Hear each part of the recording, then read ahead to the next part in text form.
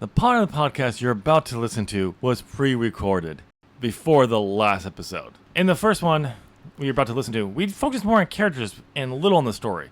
In the last one, we focused on the story and not much on the characters. So, Adam convinced me to release both. Yes. Either it's going to be one long podcast or two. Just do two.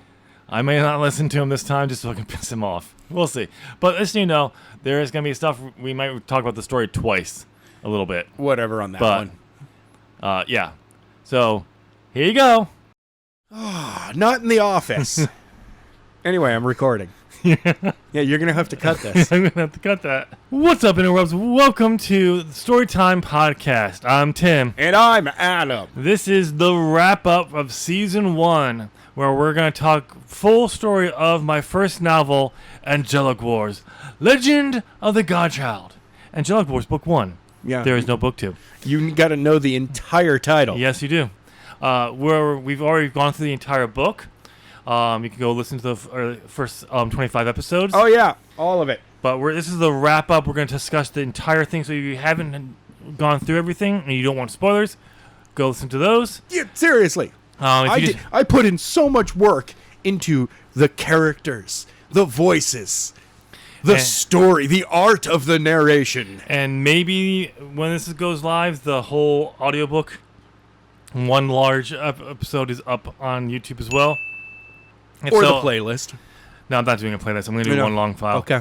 But if that's up there, we'll put a link on there so you can listen to just the whole audiobook and not have to listen to Adam and I rant about stuff if you don't want that part. But anyway. That's the fun part, isn't it? Oh, yeah, obviously. But anyway, before we get there, if you go on to enjoy this episode, we'd love it if you go and hit that like button and do it as a prayer to the holy algorithm. The holy algorithm. And subscribe because I got content on this channel. And if you're interested in some terrible gameplay, go check out Adam's channel. Yeah, especially on Friday nights. ZOP Gaming, Friday night. Yeah, the only good player. God of War. The only good guy who's Dear good. God, man. It's like, what are we up to? 20, 30 some odd episodes of that now? Yeah. You're only like halfway through a game. It's supposed to be like 12 hours long or something. It's about like 25. Oh, okay. We are way over that. No, we're not. We're not. actually like 12 or 13 hours at this point. I don't know. We're about halfway through it. But the guy who plays the God of War, totally the only good player on that channel. Yikes would disagree with you on that one. I don't know about Jedi and myself, honestly. Yikes would definitely disagree with you, but I'm sorry. So you're saying I'm not the best player on your channel? I can't say that you're above my level. I can easily say that. You're like right there with me. Right there. Oh, I'm far better than you. Ooh. So much better than you. Anyway, go check out Adam's channel if you want some bad gameplay over there. But now let's get to the story of Angelic Wars, Legend of the Godchild, Angelic Wars Book 1. But first, we're going to kick things off with the biggest mystery that I told Adam was resolved, and we're going to prove it right here. No, it wasn't kind resolved. Of. Do you want me to read this or not? Maybe. It's not really resolved, but it's supposed to be. What happened to Raven? I said I knew there was going to be a proof that Raven survived, and then we got to the final episode, and she wasn't. Yeah, but I found where the reference of her survival is, and Adam, go ahead, read it. So, Sage, Natalie said. Yeah, Sage replied. Why didn't you tell me you were an angel? I thought angels couldn't lie. I didn't lie to you, Sage said. For as long as you knew me, I had no clue I was an angel, let alone the captain of all the angels. Then, how did you find out? Natalie asked. The task that I was on, I told you about in my note, Sage began. Well, Cyrus had come to talk to me the night before. After talking to a friend that I actually knew better than I thought, I decided to accept the task, which turned out is how I got my memory back. And proof.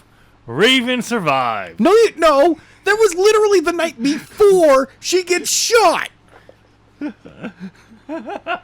Cyrus has a dead body no, not Cyrus. Sage has a dead body in his apartment. But he's Michael at the end of the story, so he doesn't need an apartment anymore. No, so who did he talk to the night talked to before he went on it? Raven. And he said turns out he knew better than he thought. Right. Because she's part of his world before he lost his memory. She's an angel. Proof she survived. No, not really. No, there's no proof. She still gets shot. She got shot, but that was supposed to be the hint that she survived. That's not a hint. No, it is. It's just a really bad hint. You know that big genius move I did in the beginning of the book where I shined a spotlight on that Sage was an angel? Yeah, Sage's hair and eyes change. Yeah, not at all a sign or spoiler whatsoever. No, not a spoiler at all. No, not at all. I did the unique thing of shining a spotlight on that hint. I did the opposite here. I just made it... it was a throwaway line. No, yeah, but it was supposed to be a hint that Raven survived. She's an angel as well. And then you find out in the next book that she's actually Gabriel. Oh, okay. Or Gabriella. I mean, you could still say Gabriel. Yeah. But that was supposed to be the line. And it's there. I knew I wrote it somewhere. I thought her name was mentioned, but apparently not. No, not even. No. He literally could have talked to anybody. Well, no. The idea was people remembering. Because, Raven shows up the next day. Well, not just that, because he talks to her. After his sisters. Which is also kind of weird. I know. Because, according to your story, he has only barely known Raven by this point. See, it was his angel senses knowing that he knew her beyond that. Not in the biblical sense. Yeah, no, I get that. That's just... It's kind of weird. Like, honestly, it's weird. Oh, I know. But that was my supposed to be the hint I was telling you about. I thought was in the final chapter. No, that was 3 chapters before. And it was a throwaway line. Yeah, it was a throwaway line. But that was I remember right. I'm like, I know where it was before. I left to go see Fantastic Four. I was like went through like chapter 20. Skimmed it. Nope, it's not there. So I just had the end of chapter 20. I had Scrivener read to me, and then I'm like, okay, it's not there. Let me see this. So I had it do the first part of chapter 21, and heard. I'm like, that's the line. Yeah, that is not a hit. That explains nothing. I thought it was a little bit more than that of a hint, but that was the line I was referring to. I thought was in the final chapter. Damn it. That hinted at Raven's survival, but nope. It doesn't even hint at Raven's survival. It's just that I knew her better than I thought. Nope, it does. If you remember, by this point in the book, if you make it to this point, that Raven was the person he talked to, and that's who he's referring to. And then you remember that she got shot. So that means, oh wait, if you knew her more better than, is taking a giant leap. Does that mean you knew her beforehand? Yeah, there's still a lot of leaps and a whole... no, because, I mean, by 21, he knows he's Michael. Oh, I know. So he should have been like, yeah, I spoke to Raven. Turns out she's Gabriel. Yeah, I wanted it to be a little tad bit. It would have been funnier if you named her Gabby. I know. I think probably the reason why I didn't say that, because I didn't want to then have to explain why she's not involved in this conflict. Because Gabriel. The Almighty, the Almighty told her not to be involved with it. Oh, I know, but at the time I didn't think of that. And by the time when I wrote this, Cyrus was not the Almighty, though somehow I wrote him as the Almighty. You kind of wrote him as the Almighty. No, I absolutely wrote him as the Almighty. That dude had way too much information the entire book. But that's how... Okay, well, now we got the mystery of Raven's survival and not survival. Yeah, let's go through the characters. But... Because... Look, I'm just gonna say, can I be upfront about my feelings about this? You mean you haven't been upfront at all during this 25 episodes? Can I really... No, let's go through the characters and then we'll talk about the book itself after this. Okay, so we got Sage. Sage, the main character who disappears for 2/3 of the book. Yeah, pretty much. Like- I just realized this is the. I don't think this is the character sheet I gave you. Nope, you have the character sheet. This is a different one. Yeah. All right. I got the character sheet. Okay. Wow. Okay. Sage, 22 years old, a kind heart, wants to take care of his loved ones, cannot stand by and not act when he sees something wrong going on, even if he's outnumbered. Struggles with who he is, since he does not remember anything more than 5 years ago. He suffers through nightmares which he feels are more than just dreams. Okay. I mean, it's Sage, the protagonist, who is only in 2/3 of barely 2/3 of the book. We'll go through all the characters and we'll go by one by one. Natalie Richards, 14, 15 years old, attractive sports girl who is desperate to fit in and be quote-unquote popular. While trying to remain who she is, she looks up to adopted brother Sage and will listen to him. Is a little rebellious. I played her as being, at the beginning at least, 2 middle fingers up. She was Stone Cold Steve Austin, and then she changed. Because I needed her to follow the plot. Yeah. I had a plot that she had to follow. She changed. Or was she like that all along? No, she changed. Yeah. Anyway, next. Kiana Richards, 12 years old, an innocent girl who has managed to keep the heart of little girl at her age. She is still a Disney princess at heart, admires Natalie, looks up to Sage more. Stage? Other than, Stage, shut up. Other than, I mean, you kind of wrote her consistently. What was her age? 12. She still is a Disney princess, which means that her eyes are a bit too big for her head, and she talks with a little too much energy, okay? She's 10. I play her as if she was 10. No, she literally goes from 12 to 10 in the book. You know how I changed the age of back in Skylar Grant? Yeah. It changed his age forward and backwards a few times? Mm-hmm. Did it here too. Yeah, she moves back. She moves by the time before she's kidnapped, she is 10 years old. Yep. But when she starts off, she's 12. Yep. Anyway, next. Cyrus, a mystery guy who appears to Sage about knowing who he is and about his dreams. He has a task for Sage to complete that will help him restore his lost memories. He is an angel of the Almighty, a common angel, but holds this secret back until he is forced to reveal it to Natalie and Kiana. He's the Almighty. Pretty much.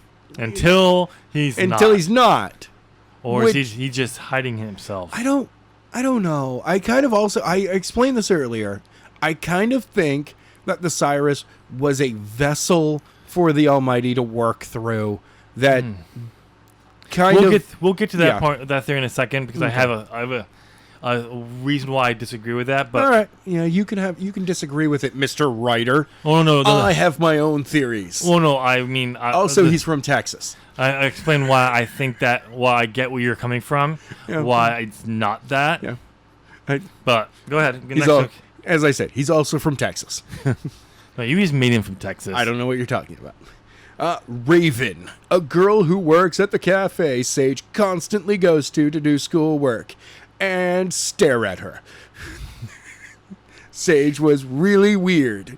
He wasn't trying to be mean about it. He wasn't staring at her because he thought she was beautiful. He legit had nothing else to look at in the room. That's not what it says. Oh, yeah, sorry. She is a friendly girl who seems to know too much about him. She was in a class that he shared about his memory loss. Raven is constantly helping Sage as a friendship blooms.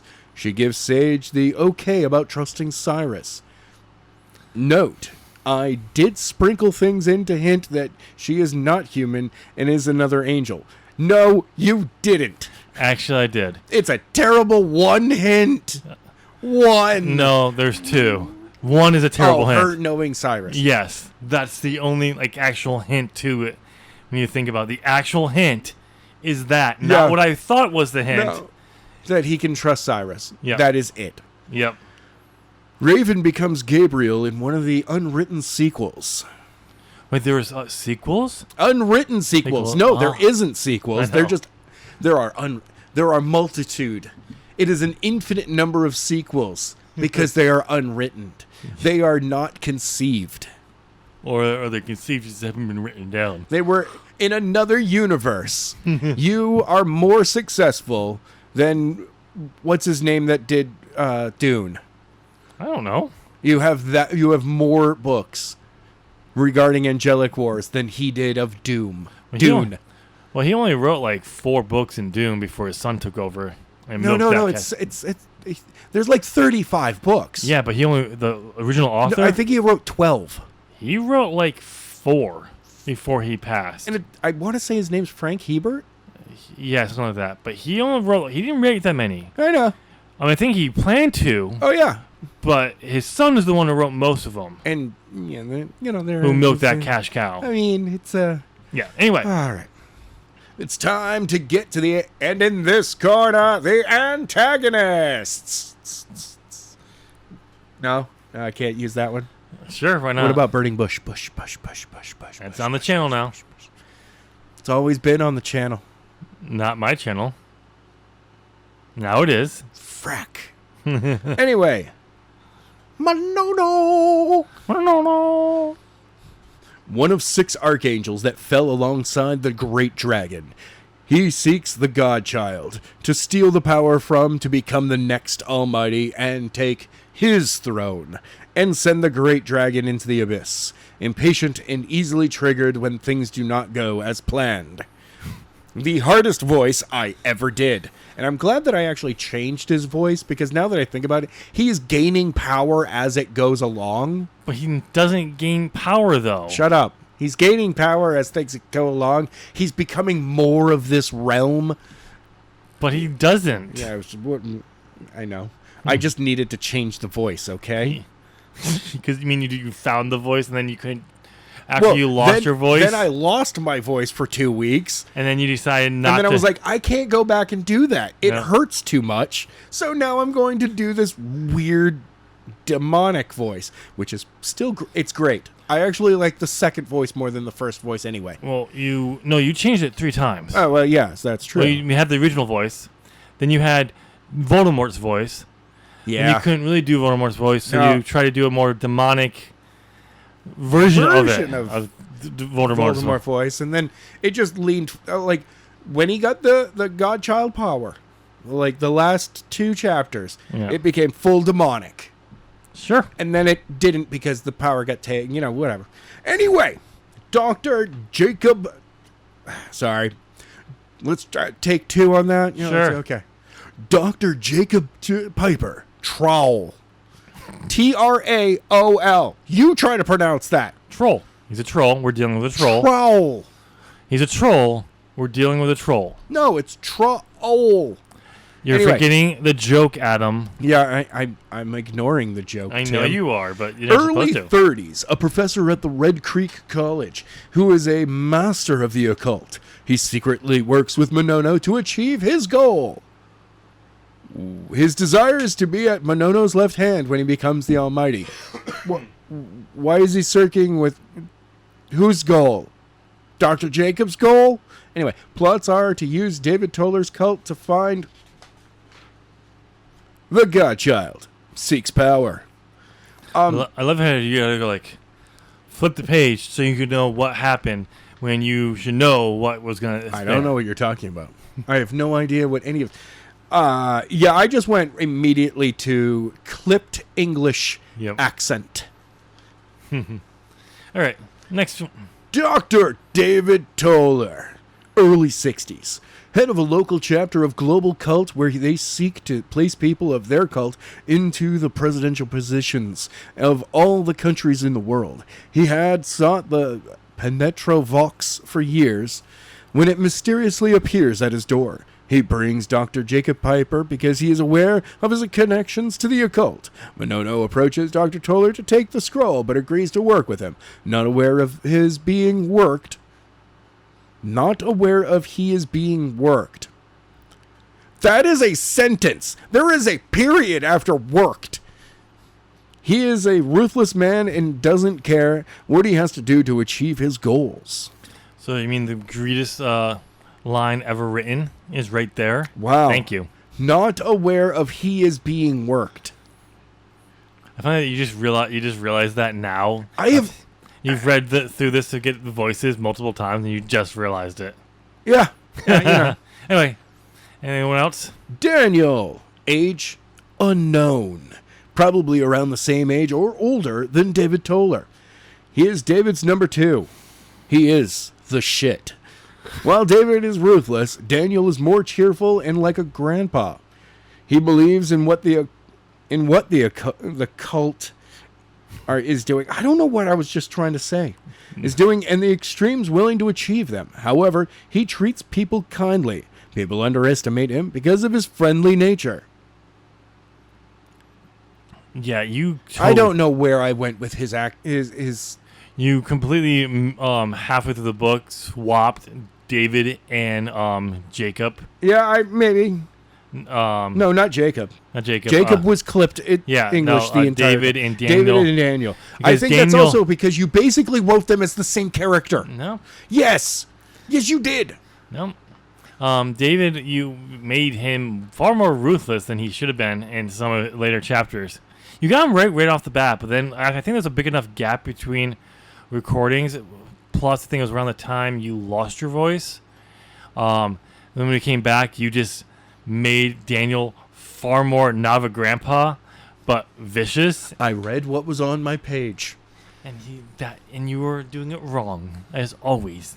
And then we have Brad Kingsley. I forgot we put him on there. 21 years old, captain of the college lacrosse team, dumb jock who acts like he is still in high school. One of Dr. Toller's lackeys for the cult. Not clear if he is an actual member of the member or knows of the cult is higher muscle. Hold on, let me read that one more time. Not clear if he is actually.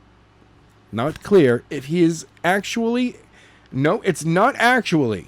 Not clear if he is a member or knows of the cult is higher muscle. Another perfect sentence. Thinks he is unbeatable and can't let things go. His friends are just as dumb and jocks as he is. I'm going to give that back to you. Pure magic. See, Adam, I knew how bad this book was written, so I wrote this stuff. Just as bad. Just as bad to make it fit. Whew. It's not like I forgot to run it through a spell check or anything. Not at all. Too bad Grammarly wasn't around at the time. No.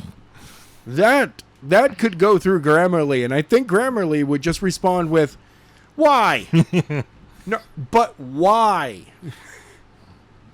But why? That's all it would say to you. Okay, so let's talk Cyrus, since we already brought this up and go here. Yeah, let's do it. Let's do it, buddy. So, why don't you name your theory of the vessel element, okay. And then I can tell you why you're wrong. For me, it's because Cyrus does not give off the aura, if you will, of being the Almighty right away. And it keeps just appearing here and there all the way through.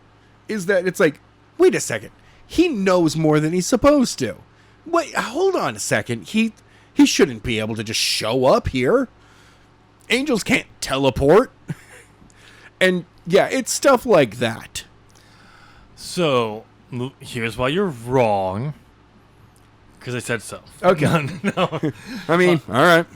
Oh, no. I get the point. I was thinking, I understand what you... Did you forget how your face works? Yes. Yes, I did. All right, man. No, I forgot how words worked. All right. So, I get why you would say the vessel, especially when all of a sudden at the end he can't heal Natalie suddenly, or he just doesn't for some reason. And then when he's facing trying to get her and Kiana back to Red Creek, yep. He just isn't able to do anything. Yeah.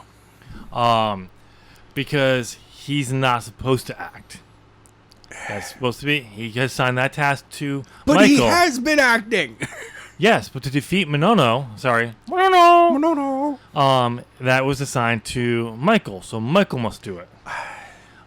It's really, really weird, man. But when you actually think about it, when you look at, like you said, at first you don't see the gravitas or like the aura of the Almighty and everything.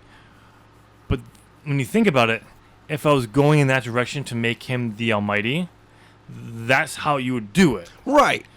So, and it's almost like by the time we get to the final thing and he doesn't heal Natalie, it's almost like, yeah, I've been acting a little too much here, so we're just going to cold turkey this bitch. Yeah, but it's not, that's not the point to do it. Oh, no, but it's like, that's the Whoa, I can't expose myself that much. It's like, but no. He should be like, yeah, well, whatever. In for a penny, in for a pound. Whoop. Nope. Natalie's back. Nope, he should. That's why he just goes cold turkey. Is like, No, shut you down. I'm just a helpless common angel. I can't do anything. Wink, wink. Well, also the reason that my vessel idea also works is because Monono recognizes Cyrus and knows that he is a low-level angel. Or basically, he's a messenger. But couldn't the Almighty just put the memory into Monono? No. What? Now you're getting into too many. Yeah. Not only do these angels not have free will, but they don't have proper sense of self now. I mean, at the same time, being able to lock your memories away into a sword that you just toss on the ground or stab into a spot that later on you pick back up and you're like, oh, I'm Michael. Yeah. But what would fit better to this Almighty? I mean, come on. That has been absolutely manipulating every part of this entire situation. Basically for his own entertainment, if you will. No, not entertainment. He is truly trying to win Natalie over to him. No, because he legit makes Natalie the person who has to be sacrificed so that Monono can take the power and be defeated. But not actually take power. Yeah, at the same time, that's the other thing. But when you think about it, Cyrus is such a weird character. Oh no! But when you think about the Almighty I describe in this book, he was kind of the dick. Well, yeah, but he would absolutely put a memory or manipulate it in a sense where manipulate reality so that no one would be able to recognize him in any way. Or Monono would think he remembers Cyrus. Yeah, that is way too much. But the Almighty I'm talking about, the Almighty I described, that's the kind of... Set this all of it up, to get rid of a fallen archangel who was working for somebody else. No, he wasn't. Yeah. Supposedly this is all... to get this power it was originally for Monono to be able to unlock the door, the cell to release the Great Dragon. The Great Dragon's not in prison in this. No. He wants to send him the Great Dragon to the Abyss. That's right. He wants to take over as the Almighty so that he can get rid of the guy who's technically his boss right now. Yep. I mean, that's a story I can get behind. Oh yeah. I mean, I understand that. But yeah, the Almighty... I want to become the boss of another company so I can get rid of the boss from my old company. That would be awesome. So, but the idea that Cyrus is actually the Almighty and not a vessel, there's strengths on both sides of the argument. Oh, yeah. And it's really one of those things you could literally, because there's no sequels. You fell into it. No, I literally did. Yeah. I did not plan that. This was a common angel. He was not God. The stuff But he knows what happened in Natalie's dream. Because you could make the case of like when Sage and Cyrus go out to the cave entrance the second time, not the first time at the end of one chapter. And automatically back in there, and then they're back inside, and they wait an hour, and then they go back out and do the exact same scene again. No, not that one. That the second one. By the time Cyrus gets out there, Michael Sage has been tells him, the Almighty just told me it ends tonight. That's the case. That's what I was going for. Like, basically, the idea was throughout the book, not the draft that we read here, but the original draft, and probably still because it's still in this because they didn't fully edit it after I did this draft, was I couldn't figure out what the Angel's powers were. Because remember, I'm a pantser at this point in my life. That's true. A pantser with chapter summaries does not make you a planner at all. No, it doesn't. Nope. You are still a pantser, even though you have paragraph-long chapter summaries. Still a pantser. I just couldn't figure out the powers. So the idea was the reason why he knows what it is because the Almighty told him. Yeah, that was the explanation. Without saying that, it's supposed to be left up to the idea. Okay, that's with these other things that I know I was going to mention or had mentioned. The Almighty telling someone, like a servant, things. That's the implication you should get. Only. The things just happen by the time by the time we get to something like that actually happening, too many coincidences point in a completely different direction where even when that does happen, no one's going to pay attention and think that's what's happening here. No, he's the Almighty. For me, it's the dream that Natalie has. Yep. That she wakes up and Cyrus is right there. I know. It literally ends and Cyrus goes, yeah. That's right. The Almighty does want that happening. There is no way he knows what the Almighty just did in somebody else's dream unless you also explain that the Almighty is all over the place at all times and can communicate with anyone at any moment, which then I just go, so we have technically a entity that refuses to do that. That also refuses to do that. So that's what I was basing off the idea that people would have that coming into this because it was a secular book, not a Christian book.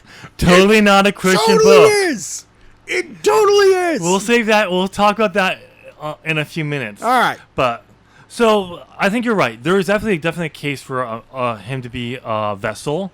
But it's also I stumbled into this where there's no sequels. A reader, if this was ever was published and got out there, people who are listening to it on YouTube can decide for themselves what they want. Was he a common angel that the Almighty was acting through, or was he the Almighty? And he's like, "Oopsie, I acted a little too much in this one." People started to figure out. Nobody was figuring it out, bro. Maybe Natalie, but that was it. So I was like, "Oh, I can't do anything." Michael, I can't heal her. Though in the next chapter, Michael literally said, I should have had Cyrus heal her while I went after Monono. Sorry. Monono! I know. But let's move on. Let's talk about the main character, Sage. Who only is in this for about a third of the book. Yeah, he is literally like the first third, not even the first third of the book. The first third of the first arc of the book. He's in about 2/3. I think you were right. Once he starts on his adventure to go get his sword, which should have been the focus. Oh, no. That was supposed to be the focus. And then, if instead we at that moment pivot to Natalie, honestly, the girls should have been the B character that you had. Cyrus, an adventure of Cyrus and Raven trying to protect them through this entire thing, which the story's being told off to the side. So, here's what happened. Instead of switching and that being the main story now. So, here's what happened. All right. Because I did mention in some of the episodes about this, but I remember something else that happened. But this is way more cool. I never actually mentioned part of the writing process. Uh-huh. But I don't know when this happened. I did mention this in this one of the episodes. I wish I could remember what episode. I don't remember. But I remember talking to someone somewhere, and it may have been after I wrote the first draft. This could be after 2005.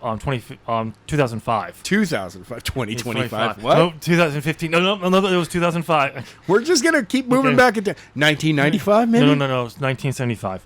1975. Almost, Wow, that's before you were born. yeah, almost 10 years. 83. We are so old. I know. So it could have been after that when someone told me that I needed to have actual teenagers in a YA novel. Yeah. More of an important role. I can't remember. Someone said that to me, and I'm like, you're right. And because Honestly, I couldn't figure out what the quest for Sage's sword was because I was a pantser. I was a pantser, Adam. I'm a goddamn pantser. So why did you have to figure it out? You didn't have to figure it out then.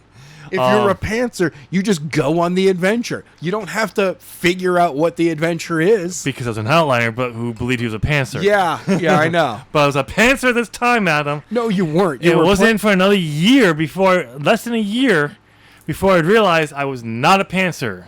And I mean that? I kid you not. It was 2006. I wrote the first full draft of this story in 2005, the summer of 2005. Yep. It was the following summer when I was back at home in my internship with my church as the youth group. I'd go into the big house at night because I had a key. That's where there was a house on the property the church owned that was turned into use for like office space and space for the teenagers. I'd go in there and I'd sit in my gaming chair in the living room area, and I would work on Forbidden Realm, my longest project to date. Mm-hmm. And when I started Marx Valera, I wrote the first 5 chapters because I was a pantser. I was still a pantser. And then I got to chapter 5 and got to everything I could thought of the story so far. And went back to Forbidden Realm. And I had all these ideas for the story, like things I wanted to do with, but I didn't know the story. So I was working on a world-building document for Forbidden Realm, Adam.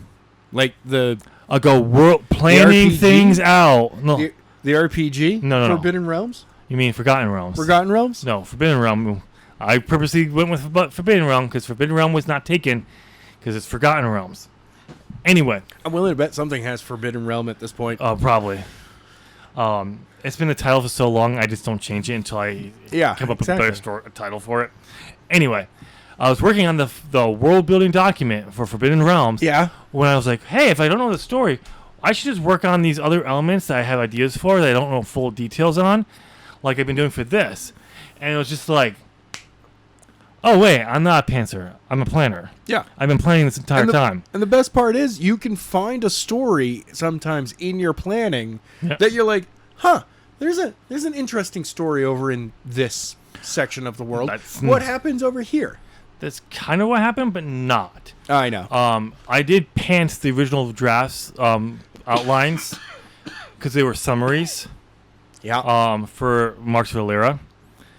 Before I got to book 7, and I did a thing that I set up early books that when the chosen one basically got all these special marks, anyone who had a copy of it would die. And he got the final one, and they were supposed to die at the end of book 7. But I had an 8th book. So the question became, how do you have an 8th book when technically all the bad guys die at the end of the 7th book? Because they didn't die. No, it was because I realized the actual ending of the story because I didn't know what the end of the story was. They became one person. Anyway. Mega bad guy. But it was sometime after the 2005, maybe it was beforehand that told me this idea. One thing I didn't mention in this any of the episodes was the December of 2004. I was working on this story. I think I was starting to write it too. or I was working on the chapter summaries.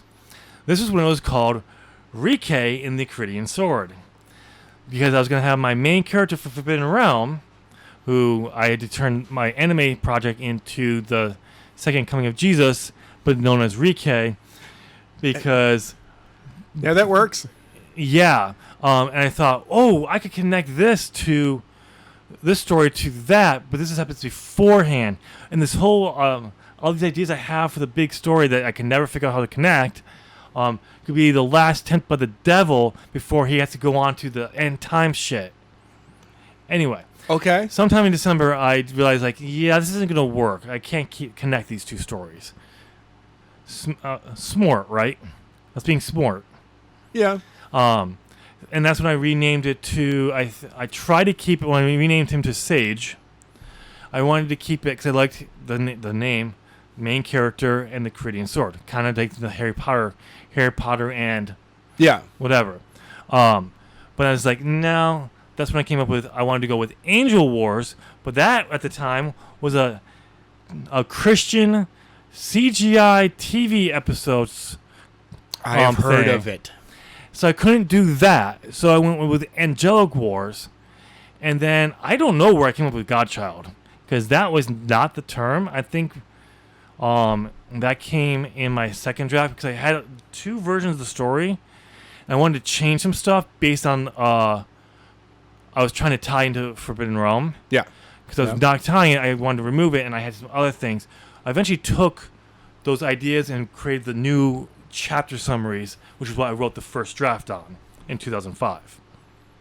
So somewhere in there, I think that's when I probably put the focus more on Kiana and Natalie. Yeah. When I did the new outline chapter summaries. It's just... But it's I know. wild that this goes from... Clearly the story is Sage finding his sword, getting his memories back, and rescuing his sisters, to the bumbling story of the sisters getting captured. One gets away. One gets captured. One gets away. One gets captured. They both get captured. They both get away. Separately. No, they both get away. But one gets their head cracked on a stone and then dies. Then they die. Kind of. Not really. But that was the plan All along. And it was like, I'm sorry. Like, that's kind of, for me, where the story honestly goes off the rails. Oh, yeah, because originally, if I remember correctly, and I'm pretty sure this was the plan, remember when I had, when Monono gets the scroll? Yes. And the rescue for Natalie and everything like that? Yeah. I originally had, because we see that the Shad King hand comes down on Natalie, she closes her eyes, it's going to be, because I took out the praying with Cyrus, I think. Yeah, in the cell. No, praying with Cyrus in the cabin. When Kiana does it. Yeah, she was supposed to. We don't. Yeah. It's not in this book. No. Originally, she did pray. You had that plan out there. And I just removed it because I wanted it to not be a Christian novel. Yeah. And obviously. I did a good job of editing all that stuff out. This is a purely secular novel. No, it's not. No, it's not. Anyway, but I remember. I think the next chapter was revealing Sage blocking it, and then we got the flashback of how he got it. Right. With Kiana not 3 chapters away from the climax with Natalie, where they go outside only to return back inside, wait an hour to go get Kiana. Yeah. Just so Sage could explain to Natalie how he got his powers. Right. And so that was one thing that got changed. Something else I think I changed. I think at one point Jacob Piper was going to turn against Monono, and try to kill them so he can become God. But that might be a false memory. Okay, I mean, that would actually... That might have been an actual idea, but never actually written. Like, it would be cool to see that the closer they got to unlocking the Godchild. power, Yep. the Godchild power, the more that team just whittles itself down, like that would have been much cooler than having Trowel and You mean Troll? Trowel. I know. We just went with Piper. Troll. We just went with Troll because it's funnier to say he's a troll. We're dealing with a troll. Instead of having it be Piper, I mean, that gets taken out by Michael. Mm-hmm. It should have been that like Piper gets taken out, like the Daniel gets taken out by Toller. Yep. Toller, Well, no, Daniel gets taken out by Monono. Sorry, Monono. oh yeah, Because he he's gets a Christian. converted. Because he's a Christian now. That was not really explained. I will say that. It was basically the idea, like he went like, oh crap, this whole sequence, realizing what was going on. Oh yeah, I'm on the wrong side. Yeah, that is, but it's not really explained that way. No. It's more like he at one point just kind of goes, "Hey guys, I'm gonna head out," and they go, "Nope," and he gets put a shadkin deep inside of him. No. No, That's what happens. No, that's what happens to Toller. yeah, that's Toller. That's Toller. Daniel just gets He gets destroyed. Daniel. He goes up the stairs when Oh yeah, Troll he goes returns, upstairs, and we never see him. No, again. we do. The next time we see him is he's rounding up the people after Toller is dead. Yeah. And revealing he's a Christian now. He was saved by the Almighty because I apparently wanted to have a bad guy get redeemed. It's really not good. No, it's not. No. But anyway, But having them whittle, like, But the having actually, it would have been funnier. Toller is the one who takes out Daniel, oh yeah, and then Piper is the one who takes out Toller, and then it's Monono that takes out Piper. So the idea, the idea I remember, again, don't know if I actually wrote this. Piper gets taken out by Michael, but somehow survived, Okay. and then he's now out for his own. But I don't remember. I think Cyrus them killed him. Yeah. But I don't think I ever wrote that or not. If that was just in one of That the was a old, fever dream of yours. or if it was in one of the old, one of the chapter summaries Yeah. that I just. I mean, Maybe I did write it and I wrote it. I edited that part out. yeah, maybe. At some point, because one of the things about the way the whole fight scene with Troll and Michael was, I could not conceive an idea at the time of magic be overpowering the Almighty, because it can't. Because I was trying to do the impossible. I was trying to tell of a fantasy Yeah. using modern doctrine. Well, Yeah, you were. and it just that was one of the reasons why I couldn't connect my other ideas I had for the future sequels together. Also, I hadn't planned a sequel, and I just had these ideas. You're like, hey, I got a great idea. I But- don't know what season 2 is going to be, though. But But- we're having a season 2. I knew season 2. I just didn't know the full flushed out story. All right. Because again, Panther at the time believing I wasn't a Panther. Just plan it. I know, but I was still believing I was a Panther. Anyway, As you were planning. but it was just one of those things I couldn't figure it out because I was still trying to be so locked in. It wasn't until 2009 and was starting to watch Supernatural fully through at that time and seeing what they were doing and going, okay, I can have a little bit more. I had more time experience with series now because I wrote a outline for all 8 books of Marx Valera. Okay. And some world building. So I had a better grasp, and I was a little more open to not being literal. I wasn't I was okay with being a little, let's go a little kooky with this idea. So, but yeah, it's just one of those things like, but yeah, Sage, the main character, not the main character. Yeah. No. No, he's not the main character. He stops being the main character. Cyrus becomes more of a main character than Sage does in literally the book that starts with him. Or was this all part of the plan to make you think Sage was the main character and then reveal it was Natalie all along? It was actually Raven. Raven was the main character. She got shot and killed. You want to know the truth about Raven? Yeah. You want to know the truth? You Yeah, wanna yeah. know the Tell me truth? the truth. Tell me the truth. She's the Great Dragon. She's the Great Dragon. No. What? Now that would have been a twist. Actually, that would have been a twist. That would have been a really cool twist. Cyrus and her know each other, and Yeah. they're civil with each other Yeah. constantly, but they purposely make this thing where it's like they make themselves look like they are low-level versions Yep. of, maybe, you know what the difference is between a low-level angel and a fallen? Nothing. No, there was supposed to be levels. Like the whole point of Cyrus Like, was there to be. shouldn't be that much of a difference between them. It's just like, yeah, that's my boss. That's about it. That's the only difference. No, because the idea, the idea for Cyrus was, through multiple books, I wanted to have an angel. That's true. We got a common angel, who got a promotion and got more powerful as the stories went on. Yeah, I guess so. And you OP'd him almost immediately. And they just decided, you know what, screw it, let's go make him the Almighty without even thinking about it. Exactly. I can't believe it. But Natalie, who is the actual main character, what's the time?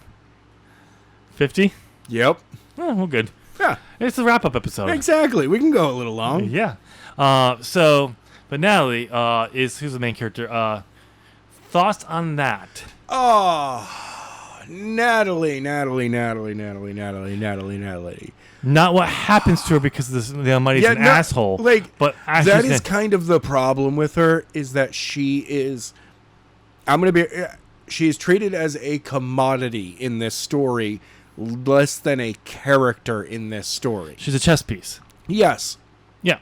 She and Kiana, because, Kiana gets captured. Natalie goes after. Even though she is told not to go anywhere. Yep. Stay here. Yep. She leaves, and that is actually Natalie's problem this entire time. In the entire book, it is someone telling Natalie, stay here, and her going someplace. So That happens. If I had a nickel for every time it happened, I'd have more than one nickel, and that shouldn't happen. So I think we covered this in the podcast element, the conversation parts, especially when we got to the episode where, the chapter after she just shows up and tells her to go rescue. Yeah. I think we talked about it in that one. But so my whole point with Natalie, again, from a Christian's point of view, was to show when you don't listen to the Almighty, bad things can happen. It's kind of weird that you would say that. And the only person that keeps telling her that is Cyrus. I know. Because he's the voice. He's an angel of the Lord. He's He's the Almighty. I know. But it's that. He's coming back to Cyrus. I know. He really does. I just think it's so funny that not intending to. No. I somehow put the Almighty. Really, honestly, you kind of made Cyrus your main character for a lot of the... he's the one that a lot of things center around. He's not the main character. I didn't make him the main character. He is... The anchor point? Kind of. I think actually... If you take him apart, if you get rid of him from the universe, if he dies, that universe is going to fall apart? No. He's an anchor being? No. No? Okay. But no, it's just like... I just somehow accidentally made him the Almighty without planning on it. But exactly. Natalie was a chess piece. When we first meet Natalie, she's actually a decent character. I'm a teenager, and I'm trying so hard to not be the dependent one around. I'm not the little kid anymore. No. Attitude was awesome. That and she clearly does want to be popular. Well, yes, but the idea that she does take her foster brother thoughts way more into consideration. Definitely not a step bro. Because she's help me, step bro. Because she's absolutely does have a crush on him. Oh, it's kind of obvious late in the book. I thought it was obvious when we first meet her. Yeah, but and then it just kind of drops out until later on. I mean, you could have had that first one was kind of just an awkward written section. Yeah. But it's the later one that you kind of go, oh, even really? when she does a quick turnaround, but I need to go. I want him to like me. Josh Knapp. Yeah. Damn you, coming over, Josh Knapp. Coming over like, oh, but then Sage sent, and then immediate turnaround, going, Okay. I want a guy who actually cares about me, and Aaron mocking him. Yeah. That makes sense from the standpoint of she respects her older brother, her foster brother, Right. with a little bit of a maybe, I kind of also like him. Yeah, kind of confusion. No. But it's too quick of a Yes. change. there should have been like some extend that scene out a little bit more. Maybe put Aaron in the same classroom with her, Yeah. or because they're in gym class in the same chapter later on.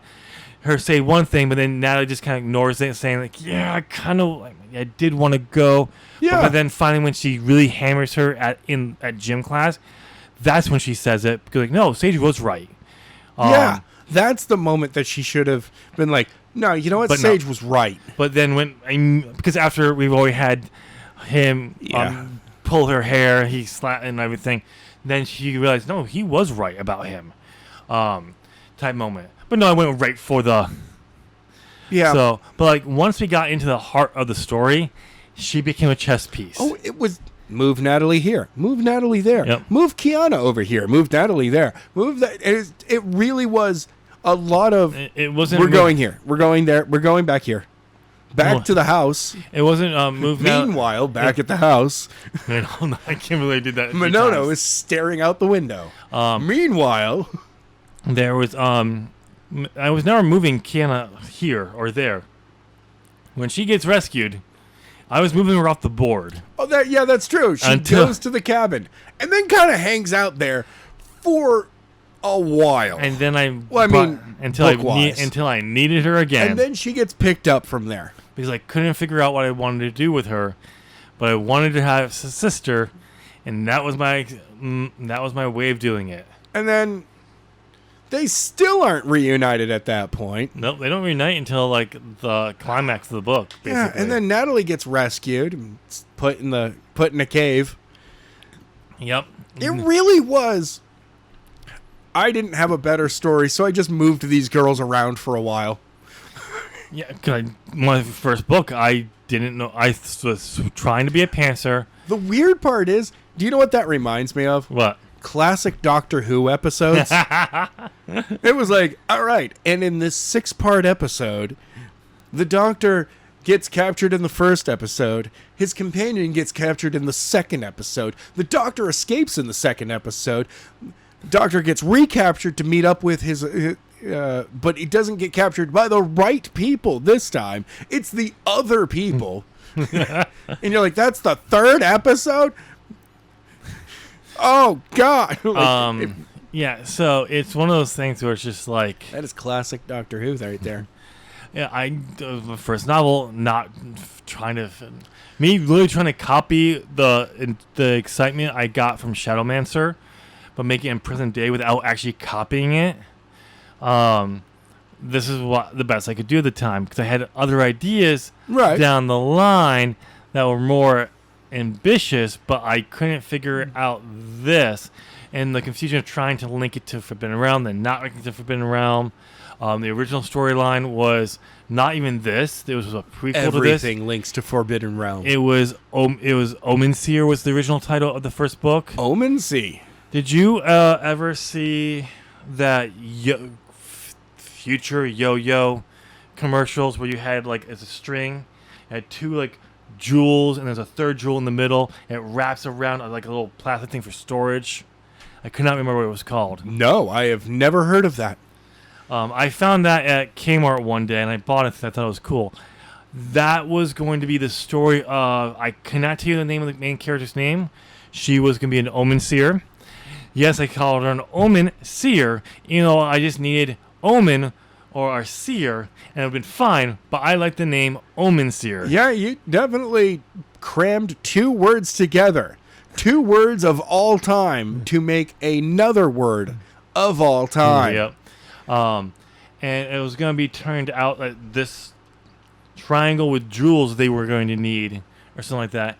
And it was a hint about Michael, the story, a prequel to Michael, Okay.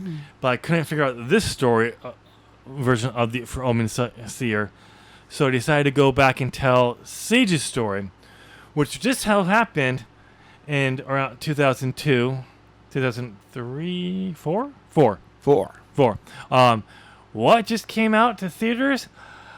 Spider-Man 2. So I'm gonna make Sage or Rike, because remember This was before it even became Sage. yeah, he may have had a different name at this point. I can't remember. I think it was only when I got to the actual Godchild one I was gonna go with Rike, in Forbidden Realm.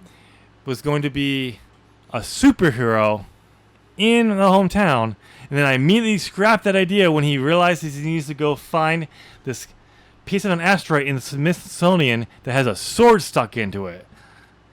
And he needs to somehow figure that out because he's got to come back to do it. He's got to get there soon because there's another asteroid about to hit the Earth. Oh, and by the way, he lost his memory because he stopped another asteroid that the Great Dragon sent towards Earth to wipe us all out. And when he shattered that, that's caused his memory to be lost. Because, and then he's going to do it again.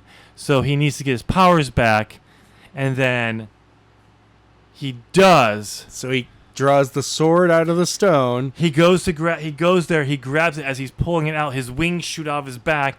He's able to kill a drag pin and then fly up and shatter the asteroid.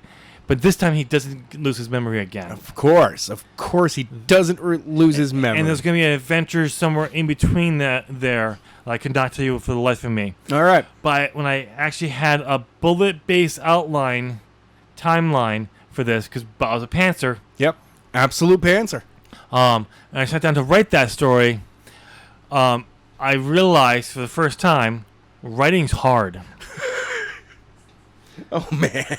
Yeah, it is. So when I couldn't figure that out, I decided to revamp the storyline. And I got what I got here, but some changes to it because I decided when I went to because Davis, I was like, yes, Forbidden Realm. Anyway, so should we talk about the main villain? Yeah. Let's get it. Let's close it out with Monono. Monono. The one thing I have to say about Monono, I'm sorry, Monono. You could say it that way. I'm just gonna say Monono. It's just his name. That's I know, all there is enough to say is Monono. Yeah, you screwed up the guy with a name immediately. He's supposed to be Manano. I know, which I would have pronounced as Monono. Monono. Yeah. That would have been close enough. But because I put an O, it was supposed to be an A. It became basically Monono. Mana. No. Mana, no. No mana. You want to know why the name was close? Was that? Why? Because at the time I started watching Power Rangers Dino Thunder. No way. Was that the one when Tommy came back in it? Anyway, and the main villain was Mesogog. All right. And I liked that name, so I wanted to get something close to that. And Manano was what I came up with, but I spelled it wrong. Yes, you did. And you kept it that way the entire book until you pointed out that there's no A there. Yeah, there's an O. That's Monono. I'm like, but it's supposed to be Manano. Like, yeah. But that's a Manono. Yeah, that's great. That's what you meant it to be, but you didn't spell it that way. And then I was like, okay, we're making fun of this. We're just gonna go Monono. Yeah. We came up with that really quickly before we. His introduction is really awesome. Yes. The fact that he comes in like as the Mist. Yep. That he, there's that aura. He has an aura. Yep. He walks into a room and he's like, I am in control. Okay, let me ask you this question. Yo. You. Out of all the books, the scenes you can remember, what scenes gave you a lasting impression? Oddly enough, right at the beginning. Okay. No. So you got that opening. Yep. All the way to Monono showing up. Individual scenes that really you felt like there's an aura to it. Monono showing up. Okay. Cyrus. The scene of Sage and Cyrus going after the drag pence. Or no, sorry, not Sage. Just Cyrus. Going after the drag pens when Kiana and Natalie are being... No, the boys. Yeah, that, yep. Okay. And then you find out it's drag pets. That scene, good. Okay. Good. You know, boom, they shot Raven. They just... Yep. That's why I hung on to Raven so much. Oh, no. Okay. That stood out for me. After that... But those are like two big scenes that really stood out. You want to know a secret? Yeah. You know why this stood out to you so well? Why? Because I could visually see them perfectly in my head. When I can see something in my head visually, Winona walking down the stairs in the library, and I was like, yes, you saw that. Never happened. No, it felt like it. You may have pictured that. That's what I pictured. It never happens in there. He just comes out of the mist. Yeah, I kind of feel that he walked down the stairs in the library. There's no stairs in the library. Yeah, I know. But hey, that library has a second floor, in my opinion. But that's the thing. It was well enough where you pictured something. Yeah. It may not been there. It implied something where it lasted. Yeah. And I could tell you, I knew how I wanted to introduce Manono. Yeah, you did. And I introduced him that way. The same, like my opening line, not in this one, but the original time I wrote this, was another one I could see. I tried to slip it later in the first chapter about the moon being a bright moon, a full moon night that was so bright that even in the dark. I started off really strong. I remember giving it to an author I was reading at the time. Yeah. And he said, you clearly have some talent here. I mean, there's some things here, there, but you have some good talent there. Wrong thing to say to me at that time. Yeah, no, you did not need that. I did not need that because it gave me way too much confidence in my writing ability. Yeah, it did. But when I see something vividly, right? Even to this day, that was actually the problem regarding Skylar Grant. Yeah, I couldn't. Was how many times I was like, you couldn't describe the room they were in. Nope, because I didn't. Because writing it, I was literally the one time I'm not a pantser. I'm trying to pants. Yeah. And the few times when I actually did know what I wanted, in the last 10 chapters of the book, I had a better idea. You got a little more detail in the sceneries of the facility. Not great detail, but we got more than we got in some of the books. You at least had a hallway. Yeah. I had some of a layout of some rooms. There's none. The dojo, we know you go through and there's the back. And apparently there's an armory somewhere in the dojo because Jenna just teleports and finds it. How? And there's windows. And we know there's an apartment upstairs. Yeah, but there's windows somewhere. Or it's open to the street. Yep. Because nobody goes upstairs. Nope. You were right there on the first floor. But, from the street. Oh, yeah, you're right. You kind of just walk into the dojo. And then to get up there. Yeah. But, I didn't see it. But, even to this day. Is it a strip mall?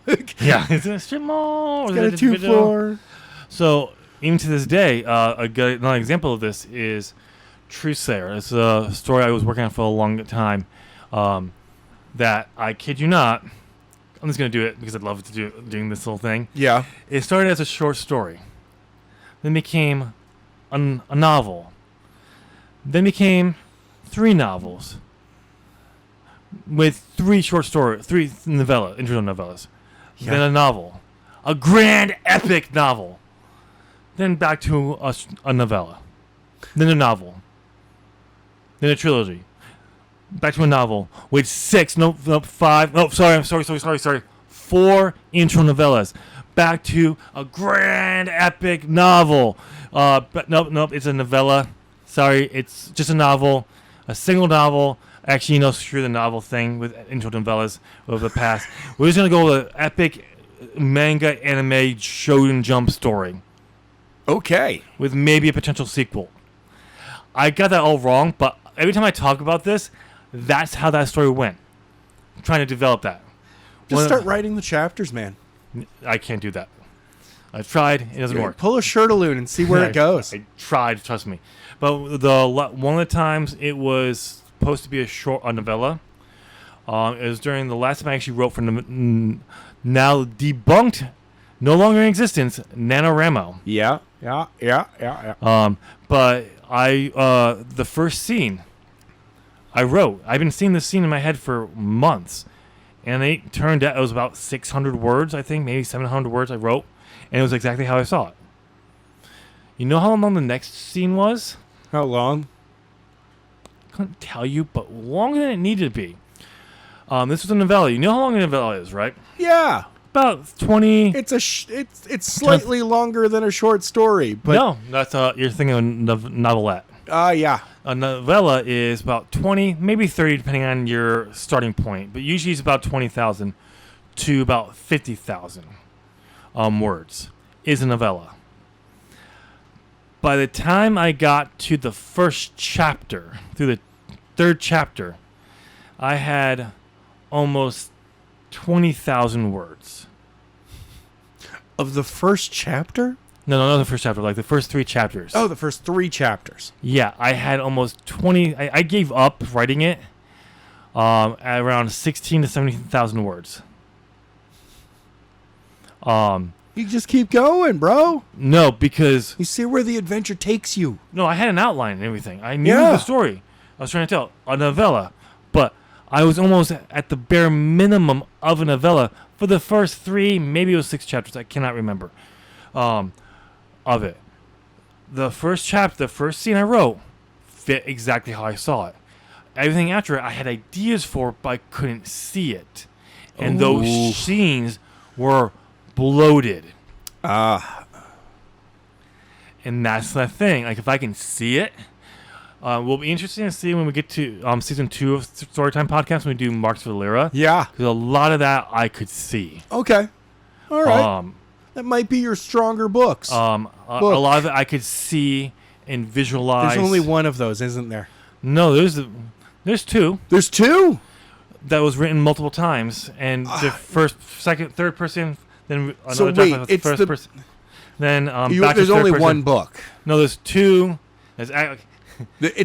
You are on book 1. I've written book 1 and 2 multiple times. Okay, so there are 2 books. 2 books Okay. with the Don't POV changing between third don't- and first in different drafts. I don't need any of that. But then there's a third book of the first book where there's a major changes of the story, but it's still kind of the same story. But the MacGuffin, and I hate using the word MacGuffin, Well, I mean, you did use it, so I know, is different and cooler, by the way. All right. But yeah, so yeah, that's why I can, like, certain things, like we pointed out, like, I can see when I see them. Yeah. I know what the feeling I want. I can do it very, very well. Like, you kind of understood the cave. Yeah, kind of. Kind of. The Natalie's dream. Natalie's dream. Yes, you definitely saw that. I could see that. Yeah. There was. I mean, I was copying kind of much the dream sequence from Shadowmancer, but differently. Whatever. At least you did a good job with. I like the fact that because you didn't see the fighting, you did a decent job of just being like, this happens. Oh no, I did see the fighting. Oh no, And it was DBZ fighting. yeah, I know. And that's how I could describe it at the time. I know. I was just trying not to do that. I know. Because it was it's obvious, okay? I know. It's obvious. I know. But that's how I saw the fighting, Yeah. which should not be how 2 angels fight. No, not at all. I mean, it's still really cool. You could have a version of DBZ fighting, but an angels with angels, but not because they have wings and they can flap them to stop themselves. But I didn't. I just had DBZ fighting. Yeah, exactly. Just and I even but I did see the sage killing of Meneno. Right. Very well, very clearly. Yes, that was clear. That was the wrong ending, though. Exactly. The wrong ending. The ending was when Monono summons his army from the pit. Sage should have just been like, okay, you want to do that? Let's see who wins. And then the chorus of the army, because he's the commander of the host, appear, and then they fight. That would have been cooler. The immediate end with that, and it's like, And the Angelic War legit kicks off right here. The only place the title Angelic Wars was just meant to be the war between heaven and hell that's been going on. Yeah, I know, but I know it should have been. It would have been way cooler. And then Cyrus shows up right in the middle, and he's like, "Whoa, no!" Snaps his fingers, puts everything back. No, and Michael's like, "Wait a second. No. And he's like, "Stab your sword into the ground for one moment." Doesn't remember anything. Goes back to living the way he was as Sage. And you're like, and that's how, because Michael actually has kicked off this war 7 different times. So you're actually, like, I never even thought about this, but you're actually right, dead on. This should have been the kickoff of a new war. Right. Between modern day, like, the God's acting of the Old Testament and stuff like that. No. And him fading back. This should have been not like a God acting, but like, you know what I mean? Like, yeah, no. How like, we see the more mystical and miracles of the Old Testament elements, more of a spiritual influence on the history, according to the Bible. Yeah. You could have easily gone in a direction that this is a war Yep. that isn't led by the Almighty or the Great Dragon. This is literally their lieutenants going to war and them being like, "Whoa, we got to bring our boys back." Oh no, the thing that's why Cyrus shows up. The Angelic Wars should have been over the Godchildren. I mean, yeah, not just now Godchild, Godchildren. Godchildren, and it should have been Cyrus is not the Almighty. Damn it! No. He's the remains of the Almighty. Oh, okay. Because here, we're going to end this up here. We're going to end this with this. Because I brought this thing. This was the character sheet I gave you. Yeah. This is when I was transcribing the novel, because we've already talked about my paranoia and people stealing it and encrypting it, so the PDF you can't copy and paste anywhere unless you want to get really crazy symbols and crap. All right. Because it's encrypted. Well, part of it, I had an idea of what if I rewrote this, taking the main story. Yep. I can add to it, but I have to kind of keep it to the same story. So here's what I came up with the characters idea. Okay. Now I'm going to read each one I have here, and we'll end with this. Yep. And at some point, I'm probably going to do this, but we'll see. The ideas. The Almighty is dead. You know what? Thank you. That's what I was waiting for. You read this the whole time. You do it. Ideas. The Almighty is dead. Michael and Gabriel are missing. Raphael is trying to take control of the armies of heaven. The fallen force are looking for the mysterious Godchild, while the great dragon begins to stir in his prison. Sage and Raven. Michael and Gabriel. 19 to 22 years old. Sage and Raven find each other during an incident at their school and find they have a lot in common. The story setup is that they are not Michael and Gabriel, but selected inheritors, but really are Michael and Gabriel. Possibly they're descendants of Gabriel and Michael's Nephilim children, making them inheritors of their great-great-great-grandparents' power and position. There was a lot going on in there. I'll talk about them in a second.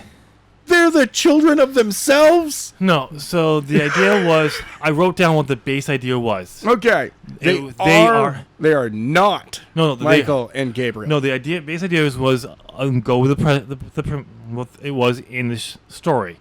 They are Michael and Gabriel. Okay. But I had an also idea, wait, what if they are the ancestors of their Nephilim children? Yeah, okay. And then they kind of... It was also me trying to figure out what this could be. Maybe that's how I introduced them as, but then it turns out they actually are. All right. Anyway, I know it's confusing. Go. Okay, Natalie Richards, seer. 17-year-old Natalie has a secret. She can see things that aren't supposed to be real. Ghosts, weird creatures, different dimensions, etc. No one knows this but her and her adopted brother Sage. Little does she know that this is just the tip of how special she is. Possibly the spawn of Raphael, but also needed by the Fallen for their needs. Kiana, yeah? So this was for me giving Natalie a purpose, because in the Veil trilogy, I try to keep this thing going. And she just kind of doesn't have a purpose. I mean, she's a Nephiel, in that, but it just feels like she's tacked on. And Kiana is the seer, but she's also a Nephiel. And just... Yeah, no. This is me trying to give Natalie a purpose and keep Kiana what I wanted her to be. Anyway, go ahead. Kiana Richards, Godchild. 15-year-old Kiana is normal teen girl. Kiana is normal teen girl. She's perfectly fine human teen girl. Yes. Who wants her life with her father. And a life pleasing to the Almighty. Oh, God. Oh, let's keep going. She wants nothing to do with her sister Natalie or mother. Though it is tougher than she thinks. That's right. Though it is tougher than she thinks. Yep. As she struggles with her desires for BFF. A girl. Knowing that is wrong. To be friends with somebody? No, to be gay. Yeah, but you said best friends forever. Yeah, but that's that's who she likes. Yeah. I No. The know. way you just wrote that. Perfectly. That does not need an editor whatsoever. All right, yeah, no. The person she trusts more than her father is her adopted brother Sage. Her powers start to manifest in realizations that what she believes are not fully true. She is the godchild both the fallen and righteous are looking for.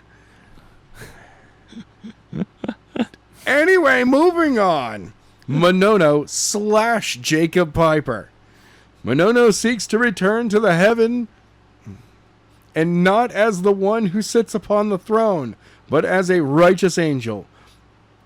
With the Almighty dead, his chance has come, but his wish is in the hand of the Archangel Raphael. This task to find the Godchild, kill them, and pull the power and bring it to him. Monono secretly plans to turn on Raphael. He's going to definitely make Raphael get turned on. Take the power of the Godchild and become the new Almighty. They are also tasked with stopping Leviathan from freeing the Great Dragon. Leviathan / David Toller. They seek to free the Great Dragon from his prison so he can take the throne of heaven finally and rule. They are actually freeing Lucifer. The Great Dragon is someone else. The plan to free the Great Dragon requires the Seer and the Godchild, bringing the two cults into conflict. Leviathan and David believe Lucifer plans to take the throne of heaven when he needs to be free to help the godchildren and restore the actual Almighty to the throne. That is so complicated. For no apparent reason. What you're talking about is perfectly sound. Grammatically and logically. No. Like, oh, wait, there's another page. Yeah, there's another page, dude. Okay, yep, never mind. There's another page. Archangel Raphael. Yep. He likes to wear a red bandana around his eyes. No. He's got size. Though I did picture him with red hair at one point. Yeah, see? I knew it. Jealous of his brother Michael and sister Gabriella for their positions in heaven. When the Almighty is found dead and Raphael realizes he is the one who killed him, he frames Michael and Gabriella for the crime, using knowledge they were thinking of falling to fight against their father. Raphael is able to kill them and take control of the armies of heaven. Little does he know that he is being influenced by the actual Great Dragon, Satan. After years of being his guardian of his prison, to be the true ruler of heaven, Raphael needs the Godchild who is the selected inheritor of the throne from the mortal world. And my favorite character ever, the Almighty himself, Cyrus. A rogue common angel who fled heaven upon Raphael's framing and murder of Michael and Gabriella. Not having fallen, but also not... Actually, wait, I read that wrong. Not haven fallen, but also not aligned with heaven. He finds the rules that govern the fallen and righteous actions on their physical world don't apply to him because he's the Almighty. Cyrus only has limited time before he will have to pick a side and be bound by the rules. He plans to use that time and knowledge of a secret Michael and Gabriella entrusted only in him to find the quote-unquote dead archangels on Earth. Yeah, because he's the Almighty, and those dead archangels are his other pieces. Actually, it's still an overly complicated story. Well, this is based on a series. Oh, I know. But the story is still kind of overly... I mean, when you stretch it out that long, pretty much every one of those stories get overly complicated at some point. Well, yeah. Well, if you think of it, if you put it into like a 4 or 5 book series, we were doing pieces. This was not this was based on the overall story, what would be, and pieces, starting points for them. When I said like Monono and Jacob Piper, Jacob is not really mentioned, but that's the side. Yeah, obviously. yeah. And no, I got that. But, I got that. So, all right, but that's where ideas I came from. Eventually, though, I have a feeling this story is going to end up in my what I call the End is Nigh series, because I think all the elements would fit better in there. Okay. So we'll see. We'll have to see, but time will tell. Yes, it will. Anything you want to add about Angelic Wars, Legend of the Godchild? I had fun with it. Angelic Wars Book 1. I really did have fun with the narration. Yes, you did. And that, but I did not enjoy the story. I'm sorry. I enjoyed Skylar Grant more than this. So did I, because we made fun of Skylar Grant so much. Well, yes, but the story was... I got invested in that one. Yeah. Well, again... Until the third act. This was my first novel. I had no clue what I was doing. That's true. Because, again, I thought it was a pantser. That's true. It's okay. It's okay. But we'll be... So we're going to wrap this episode up. You guys can tune back in. I don't know when the next season 2 of Storytime Podcast will be going out live. Sometime in the future. Maybe in November. Maybe I'll wait until January. I have no clue at this point. But it will be going through the first book of Marks of Lylira. Strangers from Another World, I think is the title. Oh, God. It has a multi-title name, too. Awesome. Because I think at one point it was Stones of Time, but I think it was... the Dawn of Stones of Time. Not the Batman Dawn. v Superman. No. Okay. But I think, it's Marks of Lylira, Strangers from Another World was the original title for the first book. So what version of that book we'll go through, if I can find a printed out copy of the first one, I think I'll go through that one. Okay. Maybe I'll have Adam pick if I have both versions available. Okay. We'll find out, but that will be the next book we go through of mine. And I think after that, in Season 3, we're going to go through Book 1 of the Veil Trilogy. Okay. But not the one that I actually wrote all 3 books of, but didn't really write all 3 books of, for that contract that I really ripped you off for $250 of. Where you finished the last half of the book by basically just doing an outline. No. I said I had to complete a first draft. Nothing in the contract said what a first draft was. Yeah, exactly. So I used a loophole to win. Anyway, but yeah. So there you go. You have some ideas of what we're going to be doing in the future for some future seasons. But the question is, how we thought about this story and how weird and odd it was. Now it's your turn. Comment down below and let us know what you thought of Angelic Wars. Legend of the Godchild. Angelic Wars Book 1.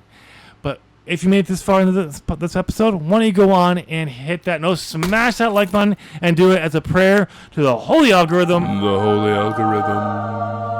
And subscribe, because I got content on this channel. And if you're interested in some bad gameplay, go check out Adam's channel, ZOP Gaming. We'd love to see you there. Pick something. We'll see you there. Thank you so much for listening. Bye.